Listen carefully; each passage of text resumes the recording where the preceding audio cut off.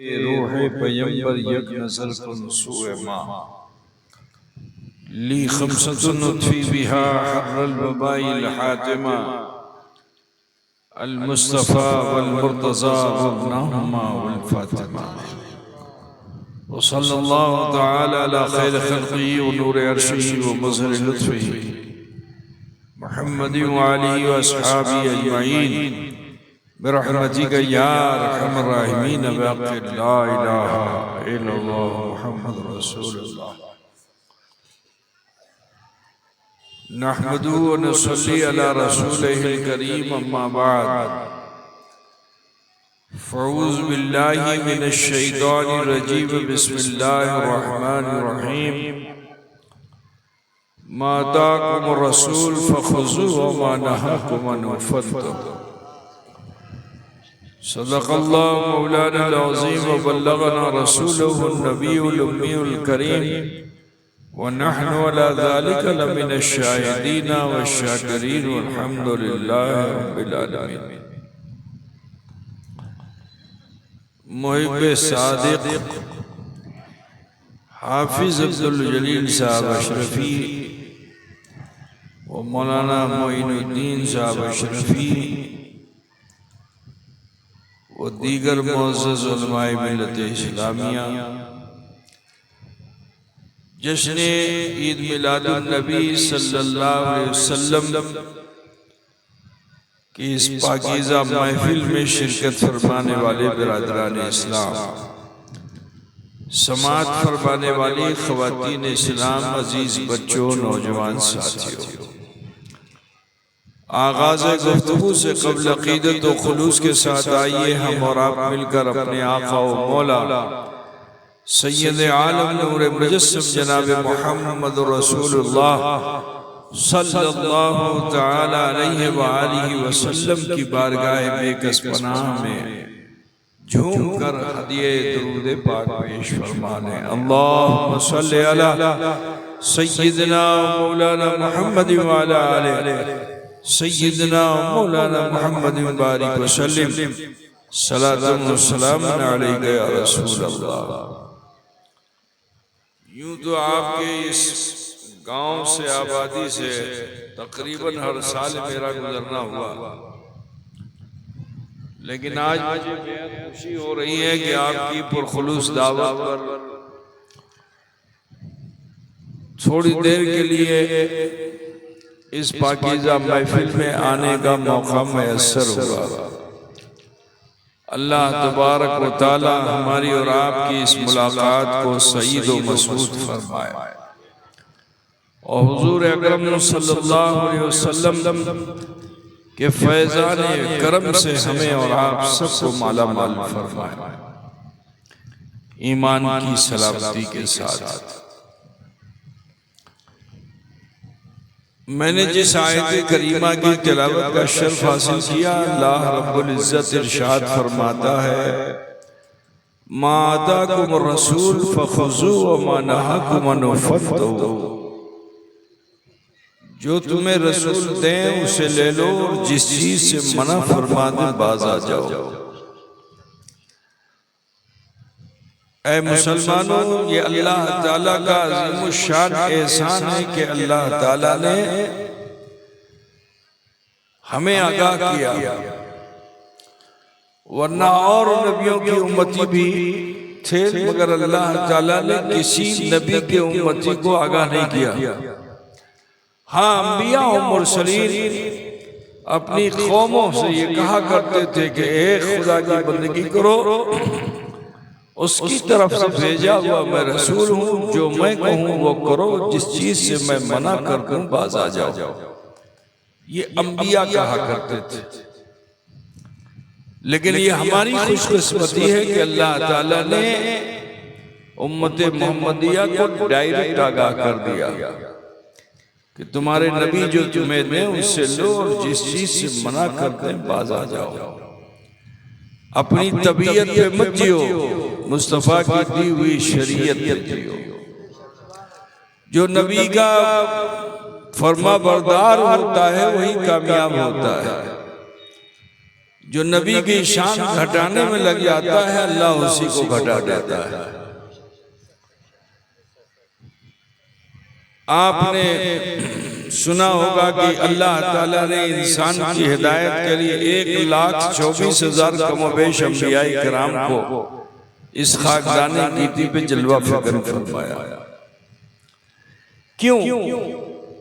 इसलिए क्योंकि अल्लाह ताला ने जिसे अपना खलीफा बनाया, तमाम मखलूकात में जिसको अशरफ बनाया, आला बनाया, इसने अपने नफ्स और अपने ख्वाहिश की बुनियाद पर गुमराही की, कुफ्र और शिर्क की अमीग़ार में जाने लगा, तो अल्लाह ताला ने उनकी हिदायत के लिए नबियों रसूलों को भेजा।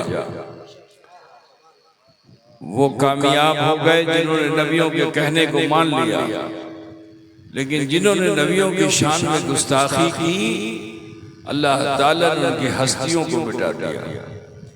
जब आप कुरान पाक की तिलावत करेंगे तो बहुत से अंबिया का जिक्र आपको मिलेगा, कौमों का भी जिक्र मिलेगा, कौमों की तबाही और बर्बादी का भी जिक्र मिलेगा। अल्लाह ने किसी की सूरत को मस्ख कर दिया, बंदर बना दिया, सुअर बना दिया, किसी के लिए हवा का तूफान ला करके उसको हस्ती, उसके इलाके को खत्म कर दिया, जमीन को फाड़ करके धसा दिया, दो पहाड़ों को आपस में मिलाकर हस्ती को मिटा दिया। गुस्ताखाने रसूल को अल्लाह ताला दुनिया में बर्दाश्त नहीं करता है। हर गुस्ताखे रसूल को अल्लाह ताला जलील और रुसवा कर देता है। आओ मैं आपको, यूं तो बहुत से नबियों की उम्मती का तज़किरा कुरान में है, लेकिन मैं आपको बताऊं कि चंद बहुत मखसूस कौमें हैं जिसका जिक्र कुरान में, उसमें एक कौम बनी इसराइल है, एक कौम आद है, एक कौम समूद है। ये कौमें ऐसी कि जिसका जिक्र कुरान में जगह जगह है। तो मैं आपको बताऊं कि एक कौम गुजरी है अरब में, उसका नाम है कौम समूद। ये कौम बड़ी हुनरमंद, हाथों में ऐसा हुनर उनके के सख्त से सख्त पत्थर को भी तराश करके उसे हसीन और जमील मकान बना दिया करते थे। आज भी उनके आसार अरब में पाए जाते हैं।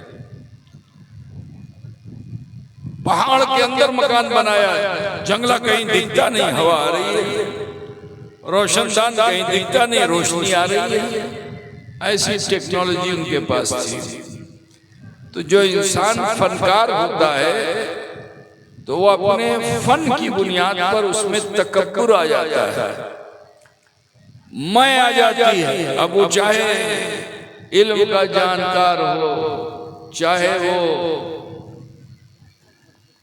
मकान बनाने का जानकार हो, जिस चीज का भी अच्छा जानकार होगा उसके अंदर तकब्बुर आ जाता है।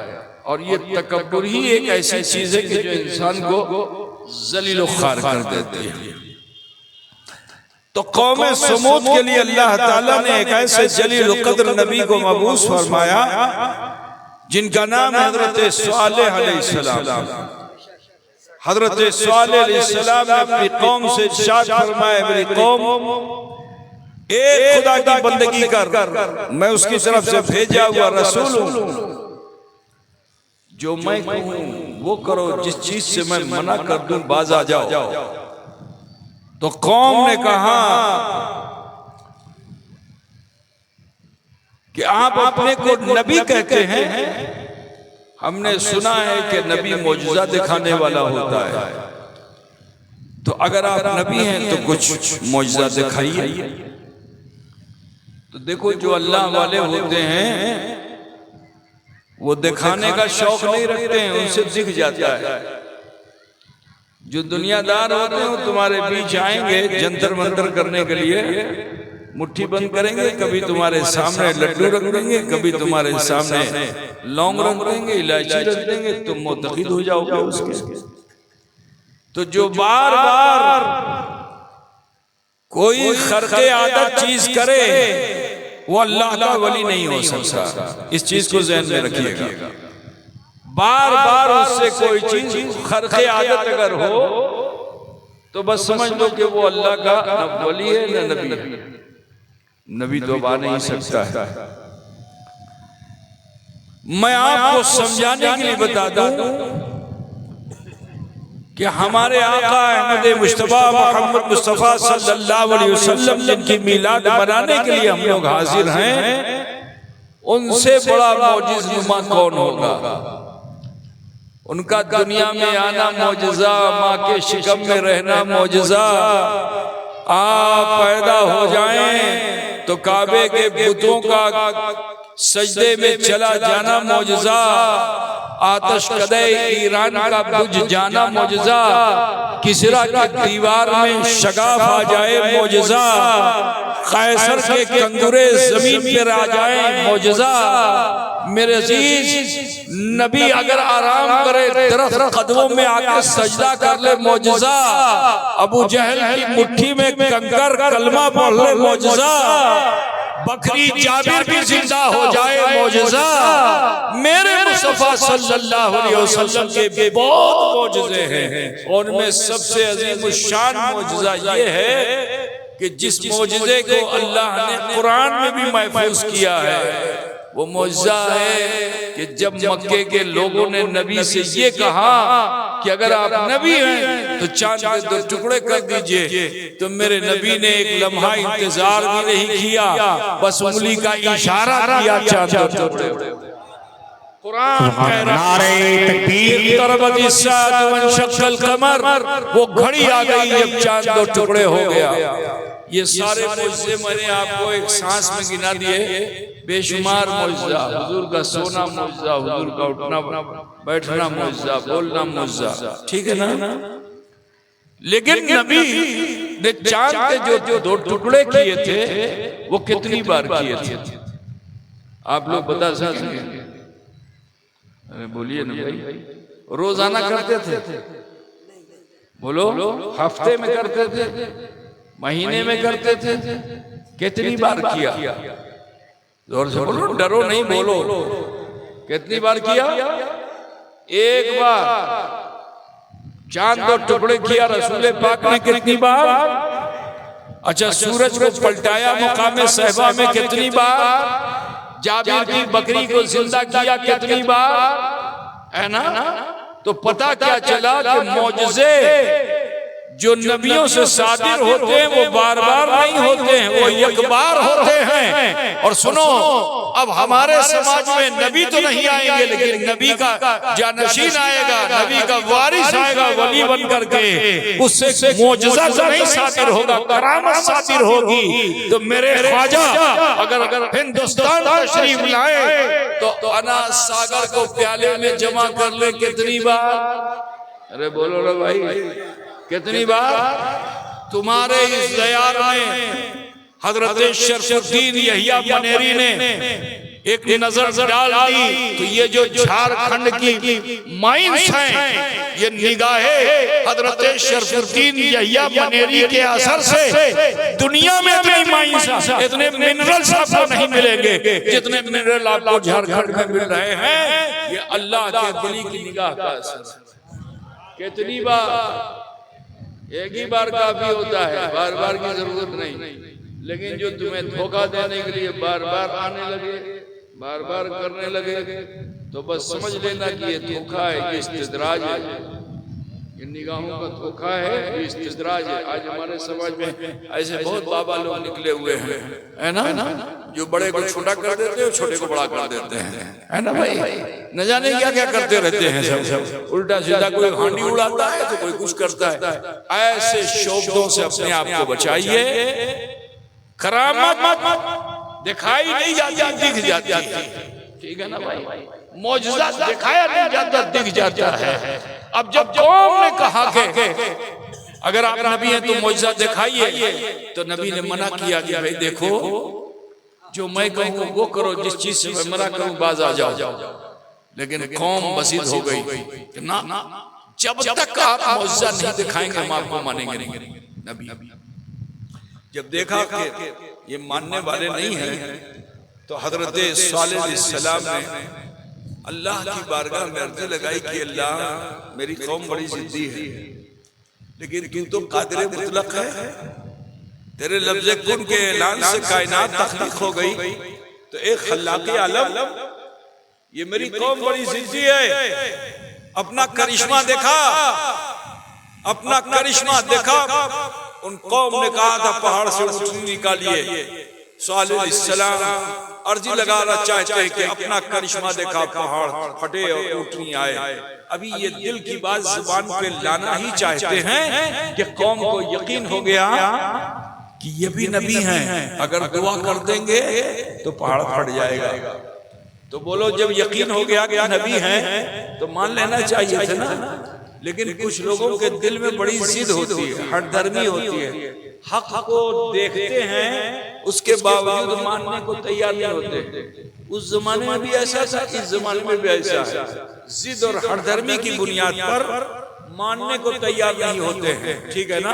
तो वो कौम जिसको यकीन हो गया कि ये नबी हैं, उन्हें तो मान लेना चाहिए था, आपके हाथ पे हाथ रख करके इस्लाम कबूल कर लेना चाहिए था, अपनी खता की माफी मांग लेनी चाहिए था। नबी अपनी उम्मत पर बहुत मेहरबान होता है, नबी अपनी उम्मत पर बहुत शफीक होता है। अगर वो कौम माफी मांग लेती है तो आज कामयाबी की दहलीज पे होती। लेकिन उनको तो नबी की शान घटाना था, उस जमाने में भी कुछ घटाते थे, अल्लाह ने उनको घटा दिया। इस जमाने में कुछ घटाने की कोशिश कर रहे हैं, अल्लाह उन्हें भी घटा दिया है ना। इंशाअल्लाह वो घट जाएगी। नबी की शान घटाने वाला बुलंद नहीं होगा, अल्लाह उसे घटा देगा, अब वो कहीं का भी हो, है ना। समझ रहे ना आप लोग भाई? ये आप क्या लाए हैं? ब्याज भी लगी आपको, बैठ जाओ यार, थोड़ी देर बर्दाश्त करो। अब आप करोगे तो वो करेंगे, तो वो करेंगे, फिर सब तवज्जो इधर हो जाएगी, मेरी तरफ कुछ नहीं रहेगा। पीना पिलाना छोड़ दो, मैं खुद आया हूँ पिलाने के लिए, तुम चक्कर में हो। तो आप किससे पियोगे? मुझसे पियोगे कि इनसे पियोगे? ठहर जाओ, ऐसा नहीं है करबला हो जाएगा, परेशान ना हो। बैठिए, अभी पानी वानी मत पीजिए, थोड़ी देर सुनिए, आप लोग भी सुनिए, दुरूद शरीफ पढ़ लीजिए। अल्लाहुम्मा सल्ली अला सय्यदना मौलाना मुहम्मद बिन बारिक वसल्लम सलातो व सलाम अलैका या रसूल अल्लाह।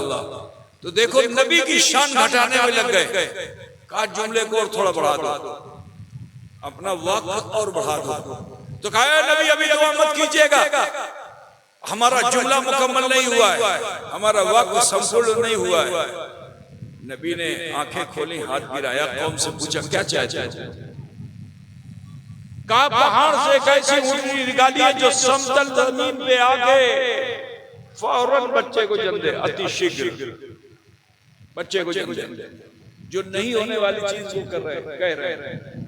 नबी ने फिर फरमाया देखो मेरी कौम जिद मत करो, जो मैं कहूँ वो करो, जिस चीज से मैं मना कर दूं बाज आ जाओ।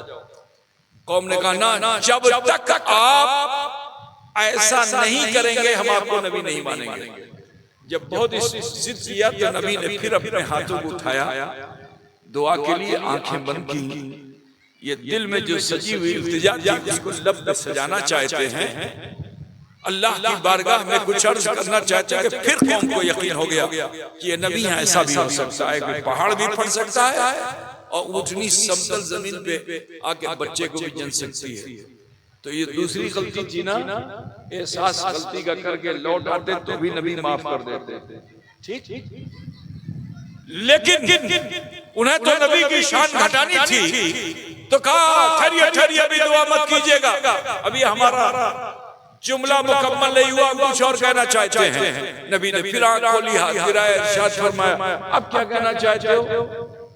कहा देखिए पहाड़ से कैसी ऊँटनी आए जो समतल जमीन पे आके बच्चे को जने, मगर ब्लैक एंड व्हाइट हो।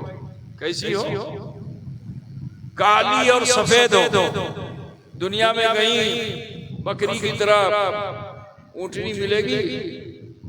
काली सफेद चितकबरी ऊँटनी मिलेगी? एक ही रंग की तो होगी, अब लाल हो चाहे कत्थई हो चाहे मटमैली हो, जैसी हो एक ही रंग, दो रंग की तो मिलेगी नहीं। इंसान की अकल आगे ठहर गई, इम्पॉसिबल, ये हो नहीं सकता है। तो जब ये फिक्र उन्होंने अपनी पेश की तो फिर नबी रहमत को भी जोश आ गया। इरशाद फरमाते हैं कि ऐ मेरी कौम, तुम्हारी इतनी सब शर्तें हैं, मैं चैलेंज करता हूं कि पहाड़ फटेगा। गौर से सुनिएगा, कहा पहाड़ फटेगा, ऊँटनी आएगी, बच्चे को जलेगी, काली सफेद होगी, लेकिन मुझसे वादा लो कि वो तुम्हारे खेतों में जाके चरेगी, जितना खाए उसे खाने देना, अगर तकलीफ दोगे तो अल्लाह का अज़ाब आएगा। कौम ने कहा ठीक है, दो ऊँटनी रहेगी, कितना खाएगी, इतना खाएगी, हम खिलाएंगे। कहा लेकिन वो पानी भी पिएगी तुम्हारे कुओं पे जाकर के। तो कौम पानी के मामले में कौम बजीद हो गई। मामला देखो, पानी का आ गया है ना, बजीद हो गई। उसने कहा ना, एक दिन हम पिएंगे, एक दिन ऊँटनी पिएगी। कहा एक दिन हम पिएंगे, एक दिन ऊँटनी पिएगी। नबी ने कहा ठीक है, चलो एक दिन तुम पीना कुएं से पानी, एक दिन ऊँटनी पिएगी। अरब में पानी बहुत कलील होता है, थोड़ी देर पानी खींच लो, 2 4 10 डोल, तो मालूम है पानी खत्म। समझ रहे हो ना, कुएं में और भी बहुत नीचे पानी होता है। तो वादा कर लिया कि ठीक है, अब तकलीफ नहीं पहुंचाएंगे, आप दुआ कीजिए। जब वादा कर लिया तो हजरत सालेह अलैहिस्सलाम ने अपने हाथों को फिर से उठाया, आंखें बंद की, दिल की इल्तिजा को लब पे सजाया, अल्लाह से अर्ज़ी लगाई कि अल्लाह तू कादिर मुतलक है, परवरदिगारा मेरी कौम बहुत जिद्दी है, अल्लाह पहाड़ के सीने को चीर कर एक ऊँटनी जाहिर कर दे जो समतल जमीन पे आके बच्चे को जने काली सफेद हो। अभी ये दुआ की ही थी कि अचानक भयानक आवाज से पहाड़ फट गया, दर्रे से चलती हुई ऊँटनी समतल जमीन पे आ गई, आते ही उसने बच्चे को जल दिया। ये दोनों काले सफेद, लेकिन बड़ी तेजी से परवान भी चढ़ने लगे। जिस खेत में जाते खेत का खेत खा जाते, और कुएं पे जाते तो एक दिन में 2 दिन का पानी पी जाते। तो कौम बड़ी परेशान हुई कि अल्लाह क्या करे, अगर ये हमारा पानी दाना खा जाएगी तो हम तो भूखे मर जाएंगे।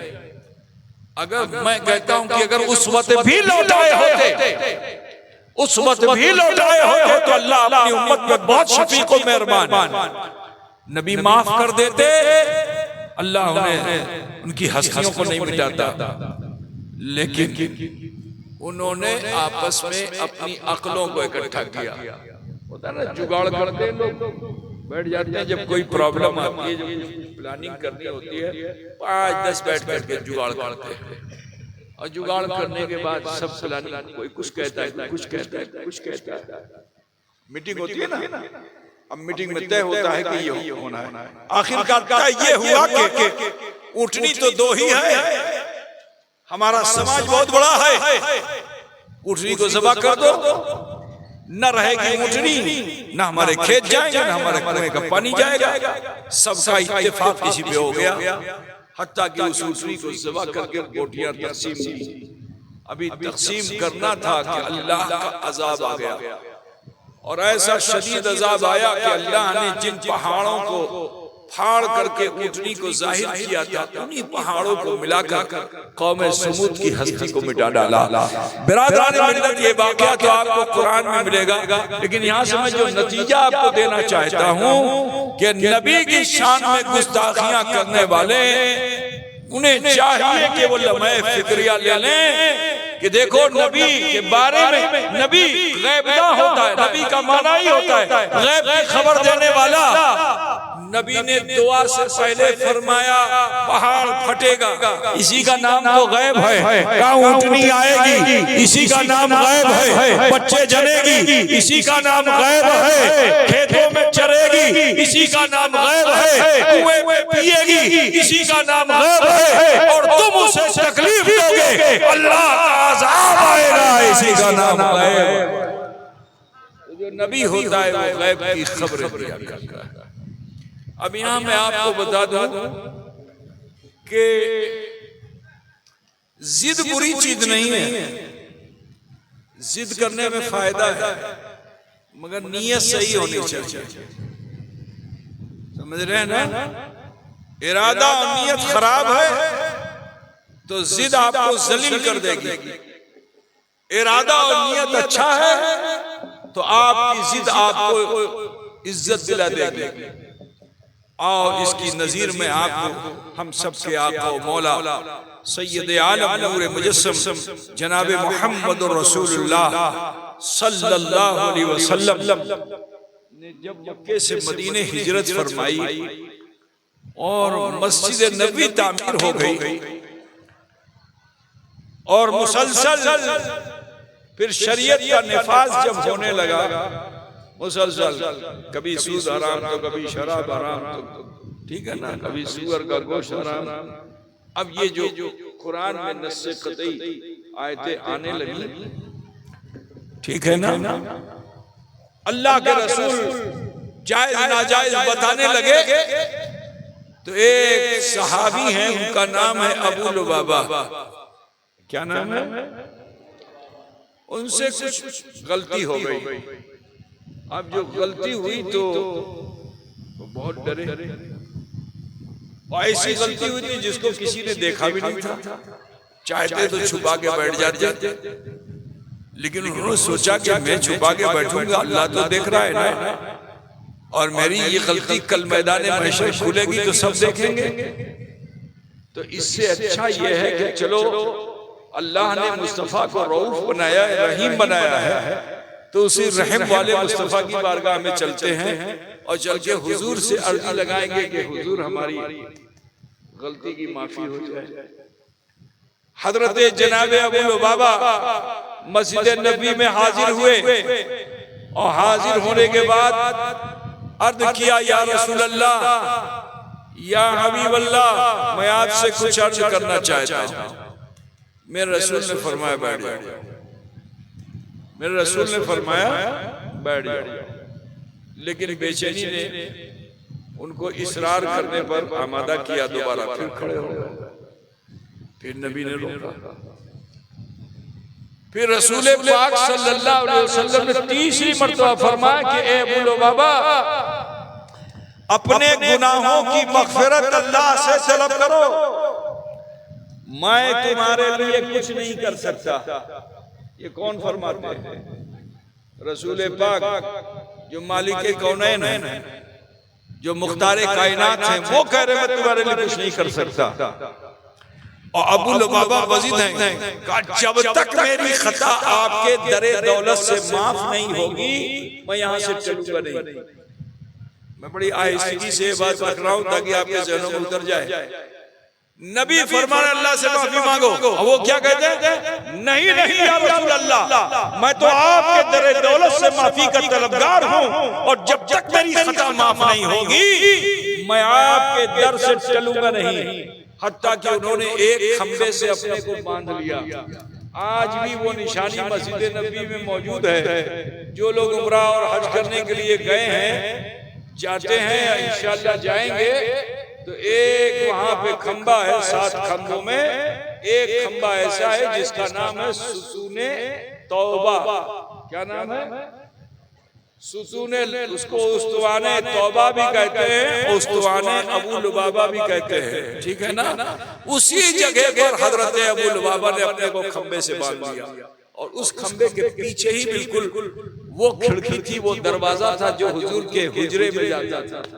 हुजूर के हुजरे में जाता था, वहीं से हुजूर निकल करके मस्जिद नबी में आते थे। अब जरा सोचो कि मस्जिद नबी में जब जब रसूलुल्लाह तशरीफ लाते होंगे, अबू लुबाबा को बंधा हुआ पाते होंगे कि नहीं? 3 रात 3 दिन अबू लुबाबा बंधे रहे। अल्लाह के रसूल कभी असहाबे सुफा को दर्श देने के लिए जाते हैं तो अबू लुबाबा पे नजर पड़ती है।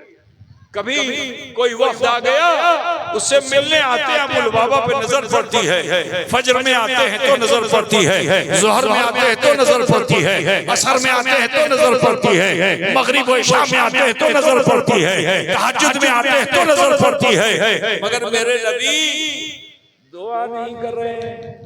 वजह क्या है?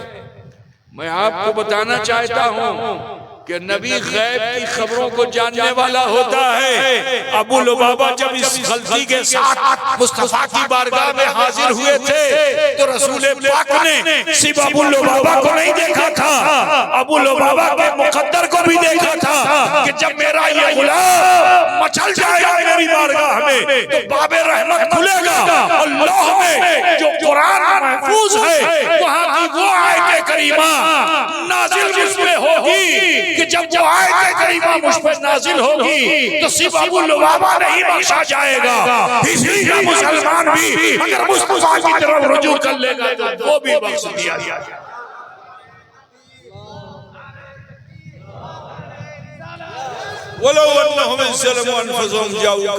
कि जब तुम अपने अनफास पर जुल्म करो तो कहीं और नहीं दरबार मोहम्मदी में हाजिर मुस्तफा जाने रहमत की बारगाह में हाजिरी दो। और जब नबी तुम्हारे लिए इस्तिग़फ़ार कर देंगे तो तुम अल्लाह को बड़ा गफूर जानो।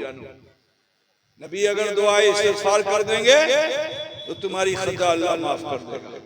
मालूम क्या हुआ कि जिद तबाह भी कर देती है, जिद सरबलंदी को भी पहुंचा देती है।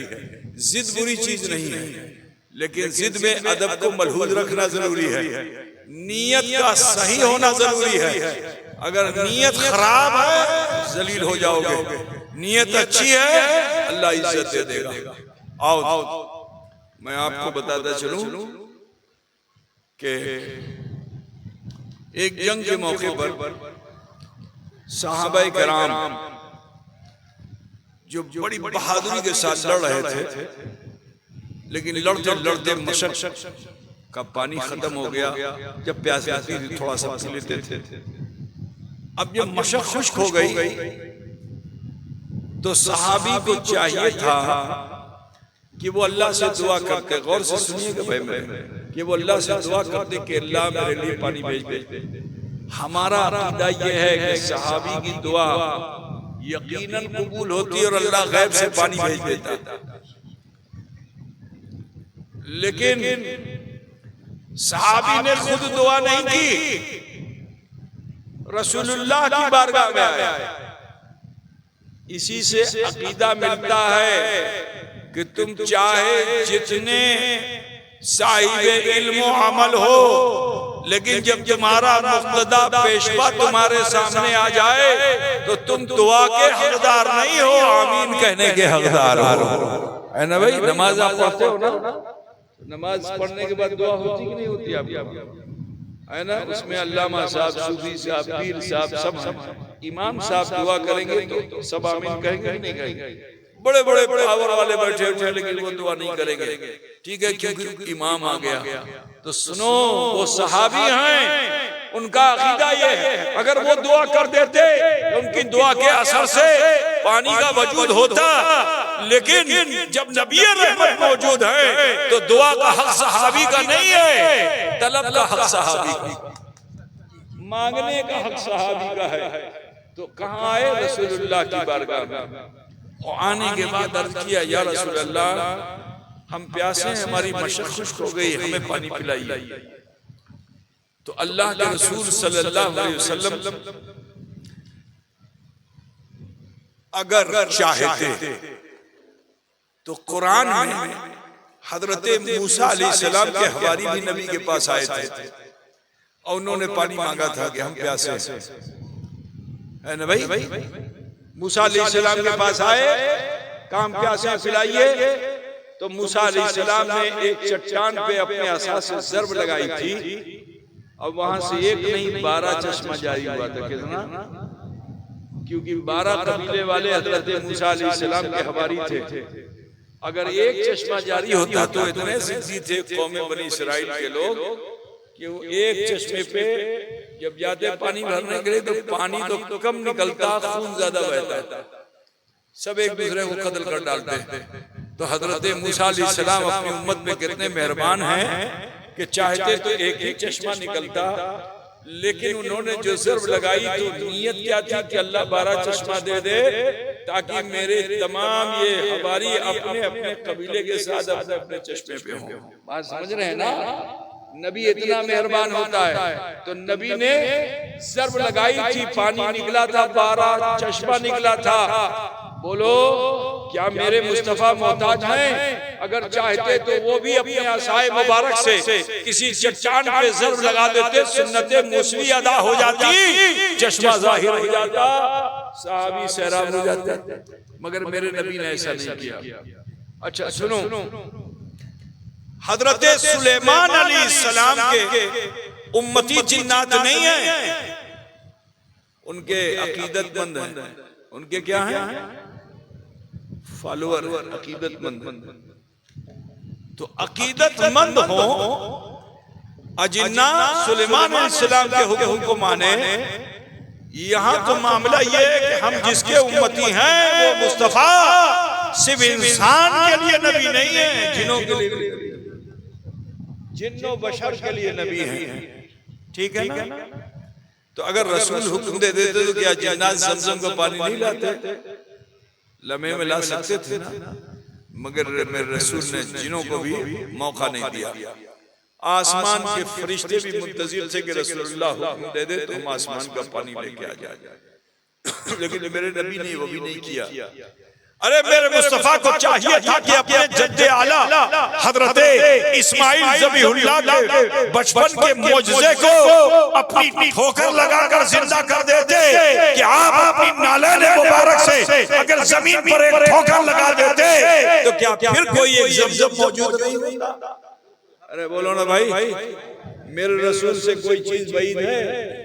वो अगर चाहे तो मस्जिद नबी में रह के हाथ बढ़ा के जन्नत के खुशे तोड़ने का इरादा कर ले। मेरे प्यारे, हाथ तो नीचे किया, सहाबा ने अर्ज किया या रसूलल्लाह ये आपने क्या किया? दुआ करते करते हाथ बढ़ा दिया ऊपर। कहा मैंने जन्नत मुझसे करीब कर दी गई थी, मैंने हाथ बढ़ाया जब जन्नत के अंगूरों को देखा और ख्वाहिश हुई कि ये अंगूर मैं अपनी उम्मत के लिए पेश कर दूं, लेकिन अगर मैं